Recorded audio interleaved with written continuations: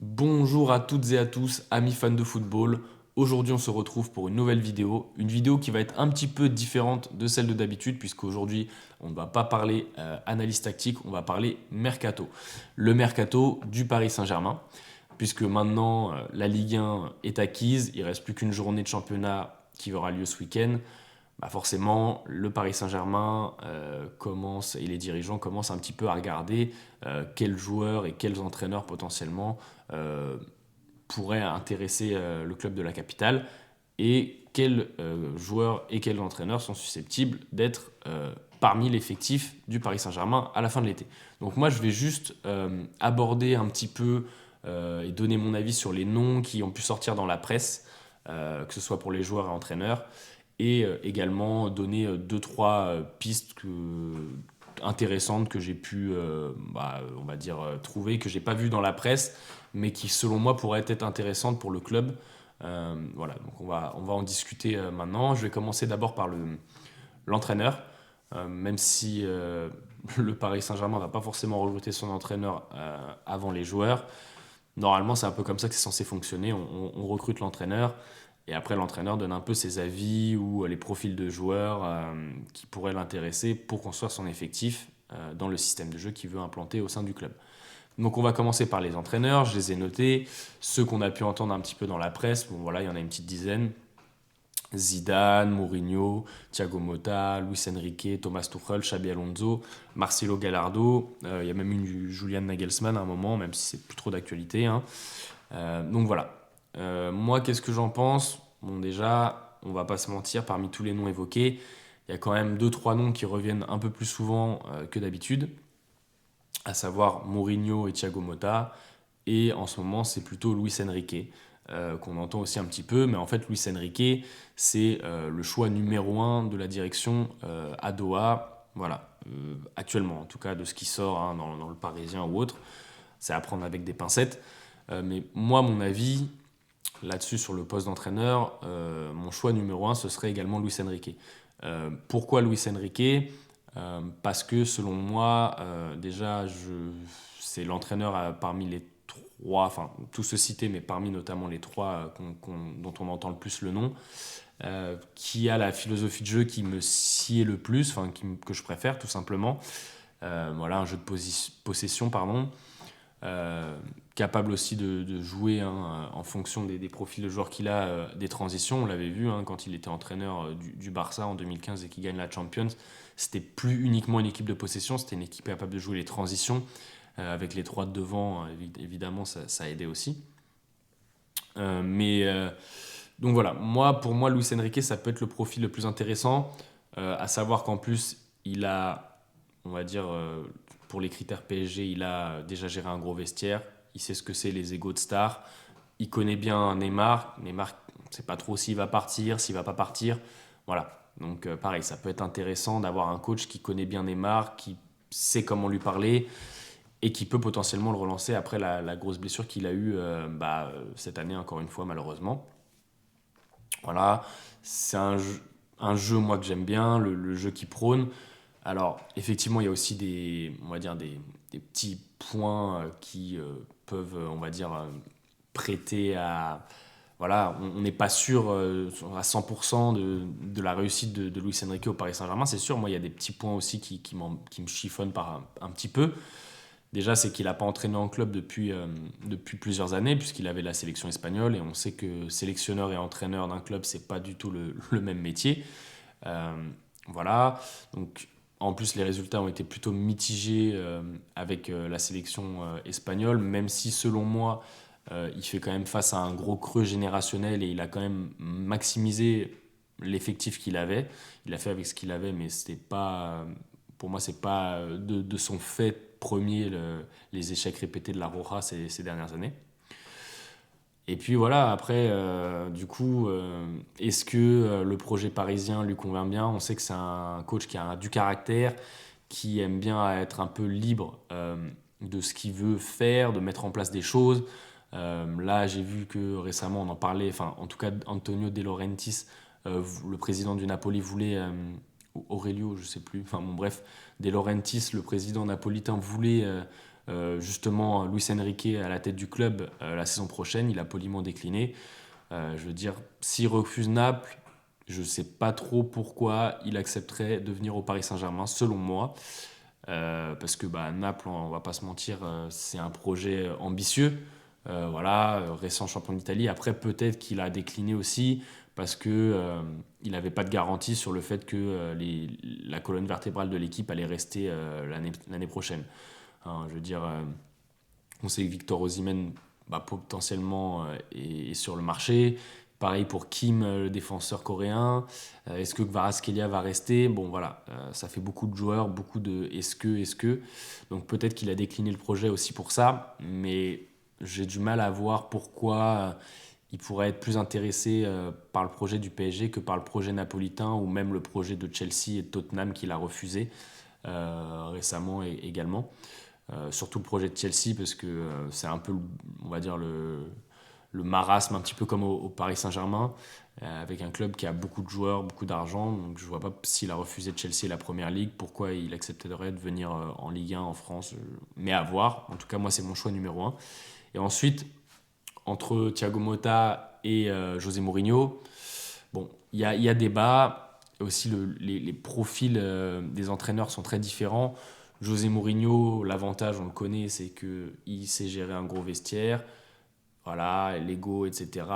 José Mourinho, c'est la gagne avant tout, donc il va gagner des trophées en venant au PSG. Mais voilà, maintenant, selon moi, c'est aussi un entraîneur, on sait que ça peut vite dégénérer. C'est un entraîneur très caractériel. Selon moi, c'est un entraîneur, même s'il a toujours cette culture de la gagne, ça on ne peut pas lui enlever. Puisqu'il gagne dans tous les clubs où il est passé, il a gagné, excepté Tottenham. Euh, voilà, pour moi, c'est un entraîneur qui, d'un point de vue déjà de la philosophie du football, c'est pas trop ma philosophie favorite, on va dire. Et bon, pour moi, c'est un entraîneur qui est un petit peu dépassé. Voilà, je trouve que depuis l'Inter 2010, j'ai du mal à accrocher à ce qu'il propose parmi les clubs où il est passé après. Donc voilà. Et puis Thiago Motta, moi c'est un petit peu le choix du cœur aussi. J'aimerais bien voir Thiago Motta entraîner le Paris Saint-Germain. Il fait des très belles choses avec Bologne, de ce que j'ai pu voir cette saison. Maintenant, la question c'est est-ce que ça sera, on va dire, pas un peu trop tôt pour Thiago Motta. Voilà, il manque encore un petit peu d'expérience d'entraîneur.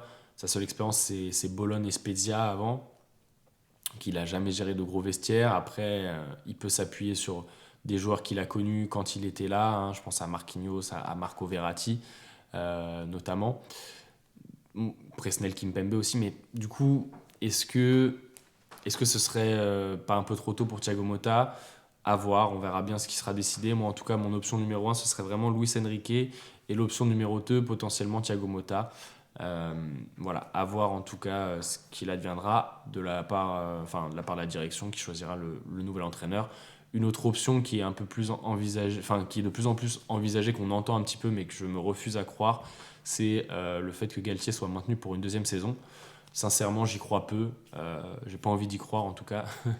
Donc on verra bien ce qu'il advient, mais je pense que Galtier ne fera pas une deuxième saison au Paris Saint-Germain, c'est mon avis en tout cas.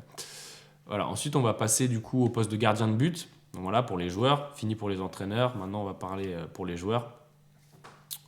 Poste de gardien de but, je vais pas vous mentir, j'avais pas prévu de gros chamboulements cet été. Mais le tragique accident qu'a subi Sergio Rico il y a quelques jours, m'oblige à revoir un petit peu mes plans. Déjà, grosse force à Sergio Rico. On espère de tout cœur, tous les supporters et fans de football espèrent qu'il ira mieux, déjà d'un point de vue juste humain, avant de pouvoir reprendre le football. On espère juste qu'il arrivera à se remettre un petit peu de ce tragique accident de cheval. Voilà, mais du coup, je m'étais dit qu'il n'y avait pas forcément besoin de recruter au poste de gardien cet été, puisque Donnarumma, la hiérarchie était claire, hein, il était numéro 1, Sergio Rico numéro 2, et qu'alors Navas cet été va probablement devoir chercher une porte de sortie. Mais du coup, avec cet accident, on ne sait pas trop comment la situation va évoluer pour Sergio Rico, malheureusement. On espère surtout qui va se rétablir, mais est-ce qu'il va être capable d'enchaîner et de reprendre la saison qui va redébuter dans même pas 3 mois et la préparation qui va redébuter dans un peu plus d'un mois. Ça, je pense que c'est très très optimiste de penser ça. Donc, est-ce qu'il ne faudrait pas prendre un gardien numéro 2 à voir? J'avais noté 2 noms, à savoir David Raya, le gardien de Brentford, donc qui est en fin de contrat l'année prochaine. J'ai vu que Brentford avait recruté un nouveau gardien. David Raya est potentiellement poussé vers la sortie. Ça peut être une opportunité pour nous. Après, il me semble que Brentford en demande un prix astronomique. Je crois que c'était 40 millions que j'avais vu. Ils ne voulaient pas le lâcher à moi. Bon, à voir. Est-ce qu'on pourra le prendre pour moins ou pas? On verra en fonction de l'évolution de la situation pour Sergio Rico principalement. Et puis j'avais noté également Dominik Livakovic, le gardien croate du Dynamo Zagreb, qui a réalisé une super Coupe du Monde, mais qui est toujours à Zagreb. Pareil, fin de contrat l'année prochaine. Ça pourrait être intéressant de prendre ce gardien-là en tant que numéro 2, une doublure assez solide qui nous a montré de belles choses à la Coupe du Monde. J'ai vu que sur le dossier, il y avait Villarreal, si je ne dis pas de bêtises. Voilà, je pense que c'est peut-être une piste plus réaliste que David Raya, beaucoup moins onéreuse, qui pourrait se boucler probablement pour une dizaine de millions d'euros, peut-être un peu moins à voir. Donc voilà, ça pourrait être intéressant pour le club, potentiellement, si Sergio Rico ne se remet pas malheureusement, ce qu'on ne souhaite évidemment pas du tout. Voilà, donc c'est un peu tout pour les gardiens. Ensuite, pour les défenseurs. Alors, les défenseurs, moi, je trouve que c'est un chantier qui est très important. J'ai l'impression qu'il est un peu sous-estimé par la direction, je ne sais pas trop. Mais je vois pas assez de... Enfin, en tout cas, j'ai l'impression que vu qu'on n'avait pas recruté cet hiver, que la direction disait que c'était OK, là, les noms qui filtrent, bon, à voir un petit peu ce qui va se faire ou pas. Mais il faut vraiment se rendre compte que le Paris Saint-Germain a un gros chantier à faire en défense. Encore plus avec la grosse blessure de Presnel Kimpembe et le niveau qui va décliner de manière assez logique de Sergio Ramos et Marquinhos qui a un petit peu de mal aussi ces derniers temps, depuis 1 ou 2 ans. C'est un chantier qui est vraiment très important et c'est pour ça que j'ai noté un petit peu. Donc déjà, évidemment, Skriniar, donc voilà, Milan Skriniar qui va arriver cet été, libre en provenance de l'Inter Milan. On espère que ses problèmes de blessure seront derrière lui. Milan Skriniar, il a l'habitude de jouer dans une défense à 3, voilà, donc ça c'est pareil, ça peut être intéressant pour le Paris Saint-Germain. Moi, selon moi, le meilleur schéma tactique pour le Paris Saint-Germain, c'est un schéma à 3 défenseurs. 3 défenseurs, donc un 3-4-3 ou 3-4-1-2, voilà, ou 3-5-2, mais vraiment un schéma avec 3 centraux, 2 pistons, 2 à 3 milieux, en fonction de si Neymar reste ou pas, si Bernardo Silva arrive ou pas, mais bon, je vais en parler plus tard. Et du coup, en fait, pour moi, c'est vraiment le meilleur système de jeu adopté pour le club parisien parce que les deux pistons sont, pour moi, les joueurs dont il faut maximiser les qualités dans notre effectif, à savoir Nuno Mendes et Achraf Hakimi. Voilà, ces 2 joueurs, même si Achraf Hakimi a un petit peu du mal depuis son arrivée, je pense que c'est des joueurs dont les qualités seront les plus optimisées dans ce système de jeu-là. Et c'est 2 joueurs qui ont un coffre de malade. C'est dans le football moderne, les latéraux, pistons, c'est un poste qui est super important. Nous, on en a 2 bons, 2 parmi les meilleurs mondiaux à leur poste, même si Hakimi a un peu de mal ces derniers temps. Il faut maximiser leur qualité. Ils vont envoyer des centres, ils sont capables de réaliser des courses. C'est des joueurs de qualité, en plus ils sont très bons techniquement. Donc voilà, moi je pense que c'est des joueurs sur lesquels il faut vraiment qu'ils soient centraux dans le dispositif tactique du PSG. C'est pour ça que je privilégierais un système à 3 défenseurs. Et du coup, c'est pour ça que l'arrivée de Milan Skriniar est une bonne chose selon moi, même si à voir si il va se remettre de sa blessure, de sa douleur qu'il a au dos. On espère en tout cas. Et donc, selon moi, les rumeurs qu'on a pu entendre, la rumeur Lucas Hernandez, c'est la grosse rumeur qu'on entend ces derniers jours, à savoir qu'il refuserait de prolonger son contrat au Bayern, son contrat qui se termine en 2024, pour rejoindre le Paris Saint-Germain, dont il aurait une offre très intéressante financièrement notamment. Qu'est-ce que j'en pense de la piste Lucas Hernandez? Donc déjà, d'un point de vue purement sportif, Lucas Hernandez, je pense que ce serait une bonne recrue d'un point de vue purement sportif, puisque c'est un joueur qui est capable de jouer dans une défense à 3, capable de jouer axe gauche et également latéral gauche. Donc, que ce soit dans une défense à 3, il est capable de jouer central gauche, piston gauche, ou dans une défense à 4, latéral gauche. Même si piston gauche, selon moi, c'est peut-être un petit peu compliqué.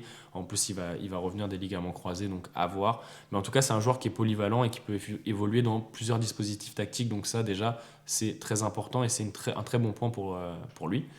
Euh, Ensuite, c'est un joueur qui, à son poste, est un des meilleurs mondiaux, selon moi. Voilà, beaucoup de qualité, physique, technique, tactique aussi. Voilà, il joue dans un grand club, le Bayern Munich. Il a l'habitude de l'exigence du haut niveau. Voilà, il connaît. Champion du monde. Voilà. Tout ça. Voilà. Après, il y a les points négatifs qui reviennent. Déjà, le premier, c'est que d'un point de vue sportif, il revient des ligaments croisés. Il n'a pas rejoué depuis sa blessure à la Coupe du Monde. Euh, donc, quel joueur on va récupérer? Quel joueur on va récupérer? Est-ce qu'on va récupérer un joueur qui va retrouver son niveau d'antan? Une blessure des ligaments croisés pour un footballeur, c'est pas du tout anodin, surtout pour un joueur qui est vraiment dans l'intensité comme lui. Euh, donc, à voir. Déjà, ça, c'est un gros point d'interrogation que je peux avoir sur le joueur, c'est son physique. Euh, Ensuite, c'est le salaire qu'il va demander. Officiellement, sur Sky, de ce qu'on a pu voir, les informations, c'est qu'il touche 10 millions d'euros par an au Bayern. Donc, quelle offre on va lui faire pour que le mec soit assez intéressé pour venir? Ça veut dire que ce sera au moins dans les 15 millions annuels. Est-ce que c'est une bonne chose de mettre un tel prix sur un défenseur qui revient des ligaments croisés? Sincèrement, je suis pas sûr. Je suis pas sûr du tout. Et dernier point, mais bon, ça c'est un peu plus hors sportif. C'est un Marseillais. Bon, moi, on va dire, ça me dérange pas spécialement que des joueurs, originaires de la région marseillaise ou de la ville marseillaise euh, viennent jouer pour le Paris Saint-Germain. On en a déjà eu par le passé et ça s'est plus ou moins bien passé d'ailleurs, mais c'est surtout que lui, il est vraiment supporter de l'Olympique de Marseille.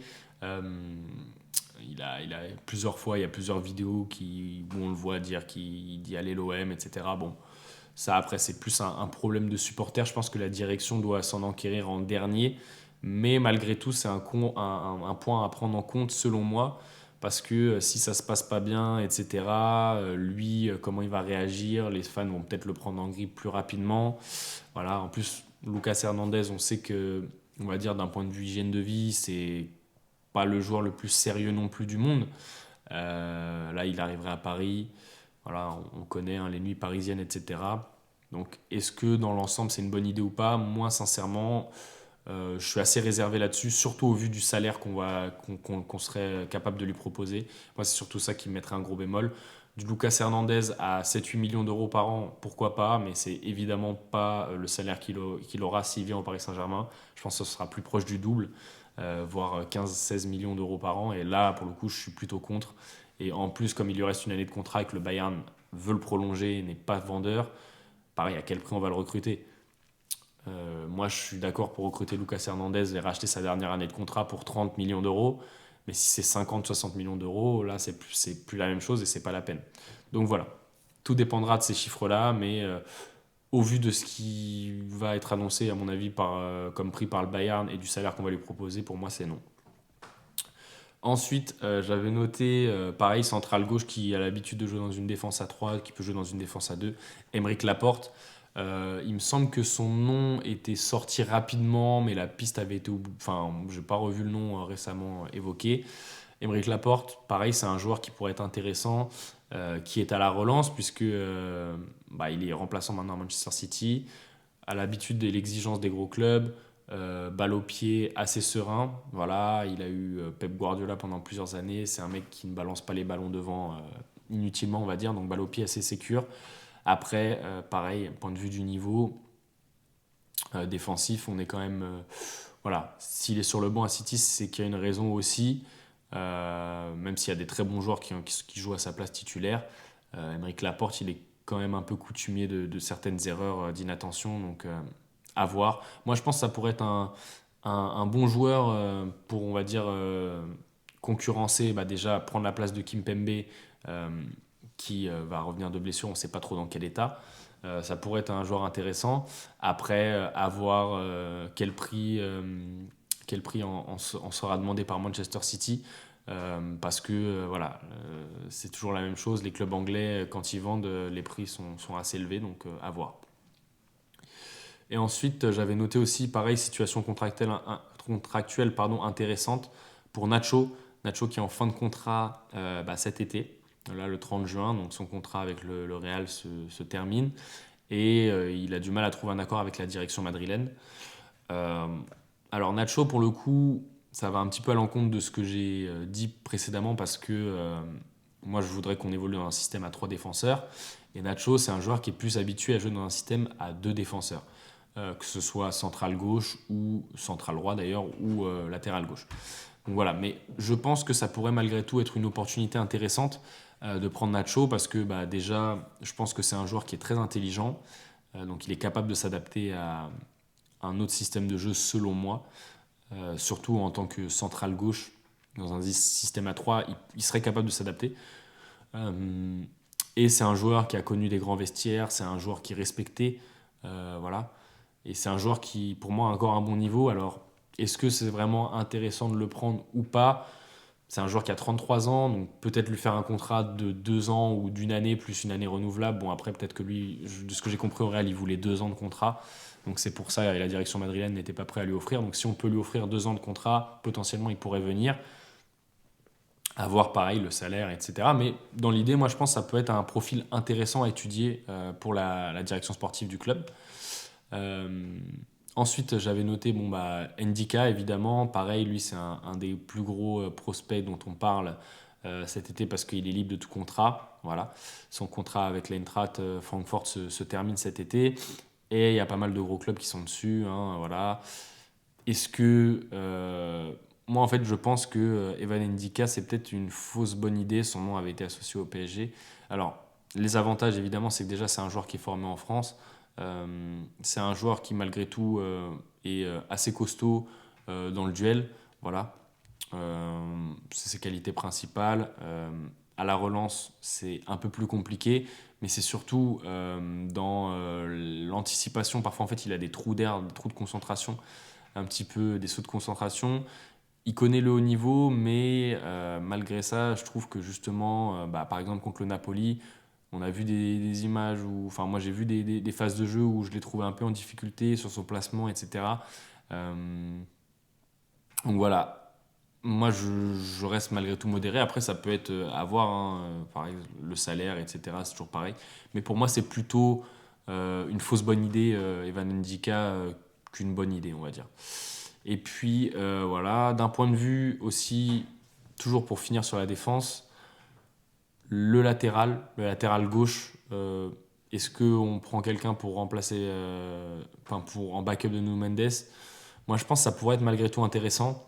Même si Juan Bernat a apporté plus ou moins de satisfaction, je pense que c'est pas En fait, si Nuno s'avère blessé, ce qui lui arrive malheureusement un peu souvent ces derniers temps, il faut avoir un backup de haut niveau. Et pour moi, un backup de haut niveau, Bernat, c'est peut-être un peu léger, notamment pour les grosses joutes européennes ou même les gros matchs de championnat, c'est un peu plus dur pour lui. Donc potentiellement, une opportunité qui pourrait être intéressante à discuter, c'est Rafael Guerreiro, qui est en fin de contrat avec Dortmund, qui a annoncé son départ il y a quelques jours. Voilà, il y a le Bayern dessus, qui fait l'effort pour potentiellement le signer. Le Barça aussi était dessus à un moment. Bon voilà, il y a une grosse concurrence sur le dossier. Je pense que les dirigeants ne se pencheront peut-être pas trop sur son cas, puisqu'il y a d'autres dossiers peut-être plus prioritaires selon eux. Mais ça peut toujours être, on va dire, intéressant. C'est un joueur qui connaît le championnat français en plus, qui parle français, portugais, donc pour l'intégration, il n'y aurait pas de souci. Et puis c'est un joueur qui a un bon pied en plus, hein. Techniquement, il est très fiable. Donc à voir, moi je pense que ça pourrait être intéressant. Ensuite, on passe au dossier milieu de terrain. Alors là, le dossier milieu de terrain, il y a du beau monde, il y a surtout du monde. Bon, on va commencer par la principale attraction de ces derniers jours dans les médias, à savoir Ugarte, le milieu de terrain du Sporting uruguayen. Donc voilà, on parle beaucoup de lui, 60 millions, clause libératoire, est-ce qu'il viendra au PSG? Chelsea est sur le dossier maintenant aussi, le joueur aurait donné sa préférence à Chelsea. plutôt qu'au PSG, mais le PSG lui offrirait plus de 2 fois le salaire que Chelsea lui propose, à savoir que Chelsea lui proposerait 2 millions d'euros par an et le PSG on serait plutôt sur 5. Moi, qu'est-ce que j'en pense? Déjà, je pense que 60 millions pour un joueur, on va dire, évoluant au Sporting Portugal, c'est cher, c'est très cher. Après, c'est un joueur qui a de très grosses qualités. Moi, dans le profil milieu destructeur, on fait difficilement mieux au Portugal, mais même en Europe, sur les stats que j'ai pu observer, il est tout simplement dans le très très haut niveau d'un point de vue milieu destructeur, donc tac réussi par match, interception, etc. Donc c'est un profil de joueur dont on a besoin au Paris Saint-Germain. Donc pareil, ça c'est super important et c'est intéressant qu'on s'intéresse. Enfin, c'est intéressant qu'on s'intéresse. C'est intéressant que le club, en tout cas, cherche à recruter ce profil de joueur-là, puisque bah, c'est un profil dont on a besoin au club. Donc ça, déjà, super intéressant.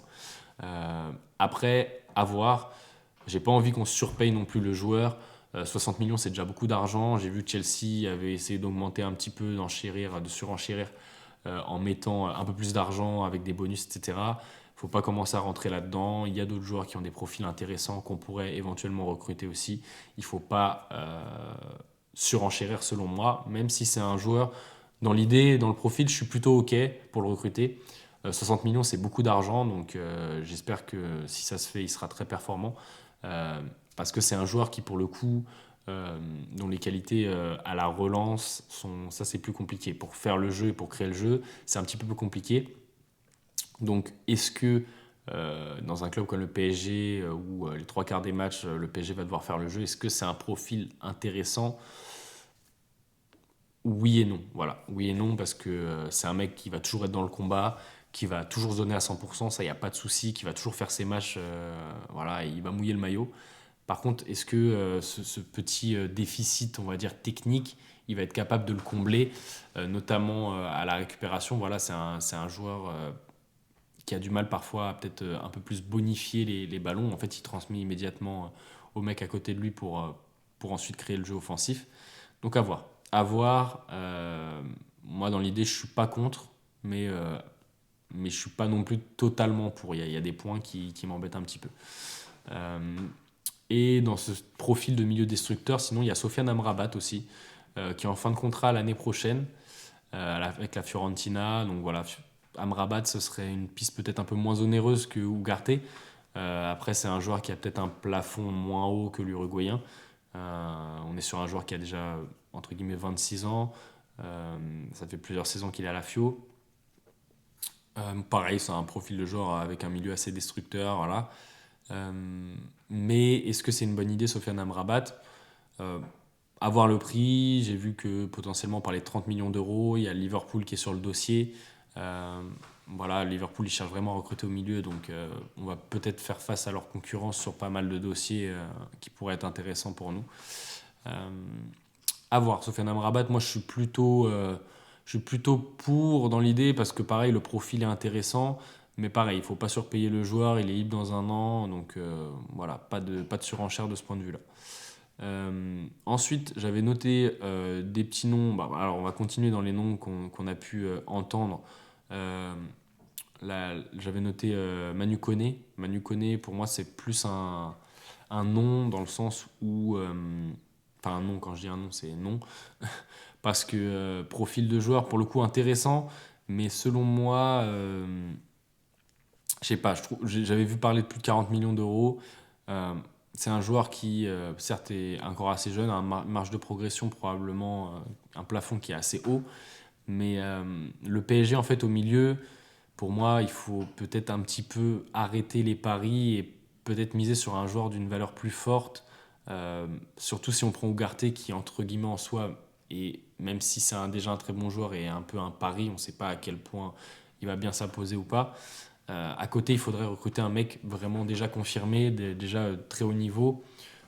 Et pour moi, Manu Koné n'est pas ce type de joueur-là, et surtout un créatif. Et Manu Koné ne rentre pas dans ce critère-là. Tout comme Seko Fofana, qui est un joueur que j'aime beaucoup, que j'admire beaucoup.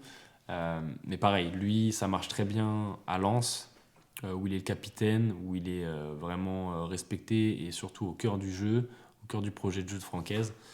Euh, Au PSG, c'est toujours pareil. Tu viens, tu arrives, tu n'es pas dans la peau d'un titulaire. Tu dois prouver et gagner ta place. Euh, Personne n'est là pour te mettre dans le confort, on va dire, comme ça pourrait être le cas à Lens. Donc là, pour le coup, moi, je pense que ce serait malheureusement pas un super choix. Même si je suis grand fan du joueur, hein, mais je pense qu'au PSG, ça marcherait pas super bien. Et puis Kefren Turam aussi, qu'on avait entendu. Kefren Turam, pour le coup, c'est un profil plus créatif, intéressant, assez jeune en plus, français. Donc ça, pour la liste Ligue des Champions, pareil, c'est intéressant. Après, là, c'est plus le prix évoqué qui va me rebuter. Je crois que ça parlait de plus de 50-60 millions d'euros pour Kefren Turam. C'est très cher. Euh, Enfin, bon, à voir après ce qui va se passer. Là, son nom n'a plus filtré dans la presse depuis un bon moment. Bon, on va voir ce qui se passe. Dans l'idée, moi, sur le profil, je serais plutôt OK pour Kefren Turam. Je pense que ça peut être intéressant. Et puis, du coup, j'avais noté, évidemment, Bernardo Silva. Mais Bernardo Silva, je vais le mettre plus dans la catégorie, on va dire, milieu offensif. Bon, après, il peut jouer un peu partout, hein, Bernardo Silva. Il peut jouer dans un milieu à 3, même dans un milieu à 2, c'est déjà vu. Il peut jouer numéro 10, il peut jouer ailier. Donc, bon, voilà. Bernardo Silva, on va en parler, c'est aussi une des grosses attractions du mercato parisien. Euh, bon, là, pour moi, pour le coup, c'est vraiment le premier joueur où j'ai envie de dire un grand oui. Un grand oui pour Bernardo Silva. C'est un joueur, depuis que je l'ai vu jouer à Monaco, sincèrement, je suis fan de ce joueur. C'est un joueur de ballon exceptionnel, des qualités techniques très très très très haut niveau, QI-foot très très haut niveau, altruiste. Franchement, et en plus, c'est un joueur qui est plutôt facile à gérer dans un vestiaire. Sincèrement, que demande le peuple? Que demande le peuple? Bah, il demande Bernardo Silva. Voilà. Pour moi, c'est vraiment s'il y a un joueur dans cette liste à recruter, selon moi, c'est Bernardo Silva. Parce que c'est un joueur déjà qui a un profil polyvalent. Donc, il va être capable de combler les trous si jamais il y a des blessés. Et on sait qu'au Paris Saint-Germain, il y a souvent des blessés. Capable d'évoluer dans un milieu à 3, milieu à 2. Moi, je le mettrais peut-être, du coup, en cas de départ de Neymar, en 10 avec Mbappé et un autre attaquant. Euh, ou alors, en cas d'un milieu à 3, potentiellement mettre dans un milieu à 3, ou peut-être, en fonction des dispositifs tactiques, il peut un peu s'incorporer partout, Bernardo Silva, et c'est ça qui fait aussi sa force. C'est que c'est un couteau suisse, mais de très très haut niveau. Donc moi, je serais vraiment totalement pour. À voir ce qui va se passer. En plus, il est portugais, Luis Campos le connaît bien. Potentiellement, ça pourrait bien se passer. Il me semble qu'en plus son agent c'est Jorge Mendes, donc pareil, Campos s'entend bien avec lui. Potentiellement ça pourrait bien se passer. On espère que ça va bien se passer, que ça se fera. Euh, et, que, euh, et que voilà, tout simplement, ce sera un joueur parisien à l'issue de l'été, ce serait vraiment top. Et puis j'avais noté d'autres petits noms pour les milieux de terrain qui pourraient être intéressants. Adrien Rabiot. Alors là, je sais que je vais pas me faire que des amis. Moi-même, je suis pas spécialement fan de la manière dont il est parti du club. Mais je pense que ça pourrait être un joueur intéressant. C'est une opportunité. Il est en fin de contrat. C'est un joueur qui est un international confirmé, qui a un gros niveau. C'est une des rares satisfactions cette saison à la Juventus. Moi, ça paraît être un joueur qui pourrait être intéressant, qui pourrait bien s'incorporer dans le système de jeu parisien. Piste pas très onéreuse. Après, il y a le salaire à payer, forcément, c'est une autre question. Mais à voir. En tout cas, moi, je ne serais pas contre un retour d'Adrien Rabiot au Paris Saint-Germain. Et puis, j'avais noté, bon, là, c'est plus côté Inter, mais là, c'est plus du fantasme que de la réalité, je pense. Barella et Brozovic. Alors, Barella surtout, Nicolo Barella. Son nom avait été évoqué, j'avais vu il y a 1 ou 2 mois. J'avais vu sortir le nom en cas de non-qualification de l'Inter à la Ligue des Champions. À la prochaine Ligue des Champions, il serait peut-être obligé de dégraisser et de vendre Nicolo Barella, pouvait être un des joueurs qui allait être vendu. Ce serait super, sincèrement, Nicolo Barella, c'est le milieu de terrain dont je rêve au Paris Saint-Germain depuis de nombreuses années. Malheureusement, ça ne s'est pas fait à l'époque où il était à Cagliari et ça ne s'est toujours pas fait depuis qu'il est à l'Inter. Et je pense que cet été, ça ne se fera pas non plus, même si ce serait top, top, top pour le coup d'avoir un milieu de cette qualité-là au Paris Saint-Germain. Ce serait évidemment un grand, grand oui pour moi. Enfin, un copain de jeu à mettre à côté de Marco Verratti. Non, franchement, Nicolo Barella, ce serait super, super bien, même si, bon, globalement, j'y crois pas du tout. J'y crois pas du tout. Il a un contrat qui est assez long. Mais si l'Inter est obligé de vendre, potentiellement, ça peut être le joueur à 60-70 millions d'euros qu'ils vont vendre cet été, comme ils l'ont fait avec Hakimi ou Lukaku ces dernières saisons. Donc s'il y a une opportunité à prendre, il faudra savoir la saisir. Et j'espère que cette opportunité se présentera pour nous, supporters parisiens. Et puis voilà, du coup, on va passer maintenant au secteur offensif. Alors, les offensifs qui pourraient être intéressants pour les Parisiens, ou du moins les noms qu'on a entendus circuler. Donc les noms qu'on a principalement entendus circuler, c'est Harry Kane, c'est Victor Osimhen, Randal Kolo Muani, et dans une moindre mesure, ça s'est un peu calmé depuis quelques semaines, quelques mois, c'est Marcus Thuram. Voilà. Donc moi, qu'est-ce que j'en pense? Déjà, je pense que ça dépend du système de jeu qui sera choisi par l'entraîneur. Mais dans l'idée, je pense que le Paris Saint-Germain jouera l'année prochaine avec 2 joueurs devant. Que Neymar reste ou non d'ailleurs, parce que Neymar maintenant a plus un rôle de numéro 10. Et du coup, il faudra remplacer Lionel Messi pour mettre un nouveau copain à côté de Kylian Mbappé. En gros, c'est ça qui va se passer. Et moi, l'idée qui m'intéresse plutôt bien, c'est du coup de... Après, c'est en fonction des profils et du type de joueur qu'on veut, mais moi, ce qui me plairait bien, c'est d'avoir un joueur plus, on va dire, un joueur plus finisseur. Plus finisseur. euh, donc dans les joueurs que j'ai cités, du coup, il y a forcément 2 mecs qui sont plus finisseurs que les 2 autres, c'est Kane et Osimhen, forcément. Euh, Après, Harry Kane, c'est un mec qui est quand même, malgré tout, surtout à Tottenham où il doit faire beaucoup de choses, qui est pas mal aussi à la création, etc. Là où Victor Osimhen, c'est un attaquant un peu plus racé, vraiment pur finisseur, capable de mettre des gros volumes de course dans la profondeur, à la réception des centres, vraiment un attaquant de surface, un petit peu peut-être à l'ancienne, entre guillemets, mais très très fort. Donc moi, sur le profil de joueur, ça dépendra un petit peu du coach, ce qu'il voudra, etc. Moi, les deux m'iraient bien, même si, au vu du système de jeu dont, dans lequel j'aimerais bien qu'on joue, je pense que Victor Osimhen s'irait mieux à ce système de jeu-là. Voilà, avec un Mbappé qui tourne un peu autour de lui, capable de se déporter un peu sur le côté, voilà, un peu plus libre que Victor Osimhen, du coup, qui serait le point d'ancrage, capable de jouer en déviation également. Enfin voilà, ce serait vraiment l'idéal. Après, évidemment, on est sur des prix, hein. En plus, De Laurentiis, c'est pas un président qui a pour habitude de brader ses joueurs. On parle de 150 millions d'euros. 150 millions d'euros, bon, ça commence à faire beaucoup, même si je suis vraiment fan de Victor Osimhen. Si c'est pour ce prix-là, faut pas les mettre. Faut pas les mettre. Après, si c'est pour 100 millions d'euros, voilà, 100-110 millions d'euros, là, c'est plus la même histoire. Même si, il ne faut pas oublier que Victor Osimhen, il me semble que Naples l'a acheté quand même pour 80 millions d'euros, même s'il y avait 20 millions d'euros de bonus.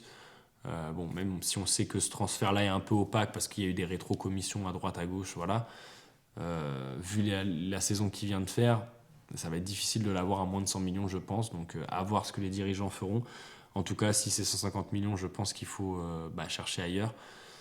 Mais le truc, c'est que les attaquants, ça coûte très cher. Donc, est-ce qu'il ne faut pas mettre 100, 120 bars sur Osimhen? Franchement, ça se questionne. Harry Kane, je serais très content de son arrivée aussi, parce que pour moi, c'est un attaquant de classe mondiale également. Euh, Certes, il n'a jamais gagné de trophée, blablabla.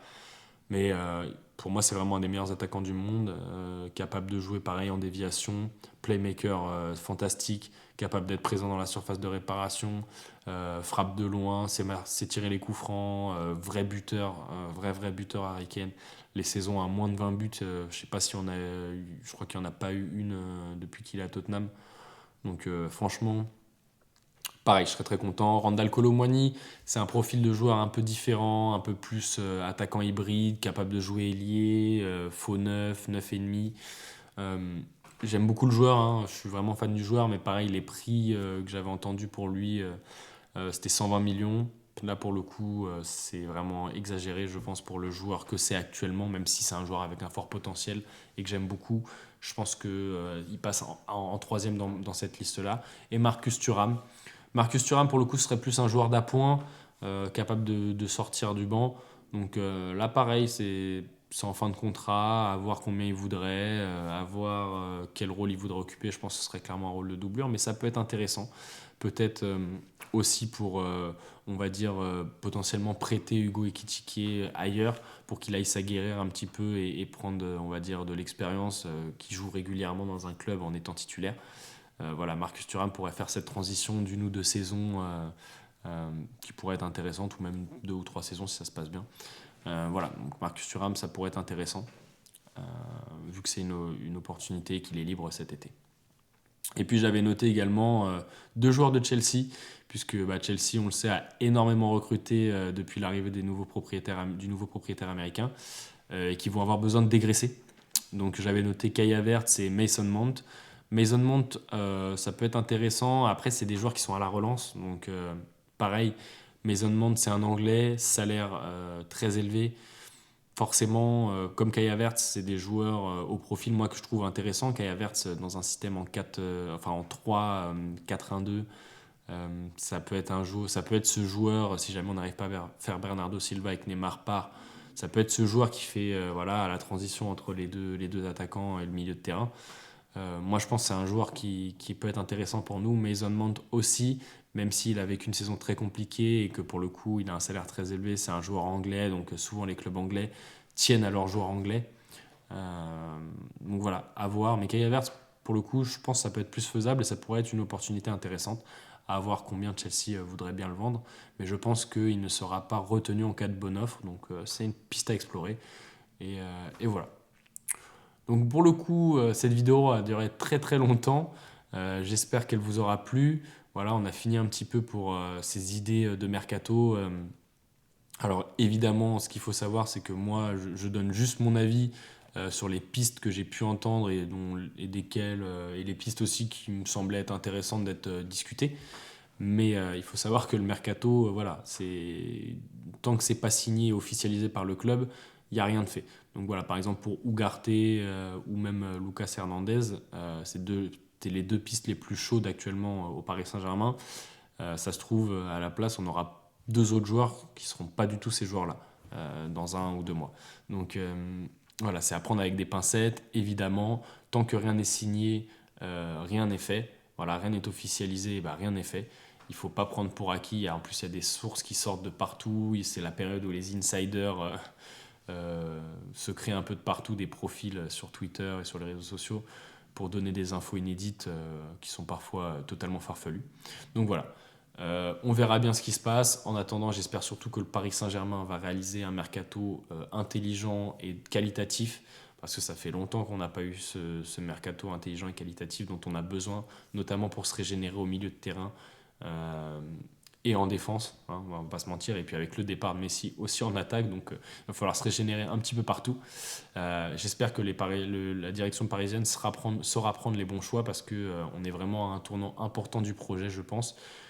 Il reste 1 ou 2 ans à Kylian Mbappé au PSG maximum, enfin, selon moi, et je pense qu'il attend de voir aussi le mercato que va faire le PSG, la saison que va faire le PSG, pour savoir s'il prolonge ou pas. Donc il faut vraiment, on va dire, là on est vraiment à un tournant, il va falloir vraiment réaliser un bon mercato et une bonne saison prochaine. Voilà. Donc en tout cas, c'est tout pour moi sur cette vidéo. J'espère que, même si elle est un peu longue, la vidéo vous aura plu. N'hésitez pas à vous abonner et à lâcher un petit pouce bleu. Voilà. Et puis c'est tout pour moi. On se retrouve très bientôt pour une prochaine vidéo. À bientôt.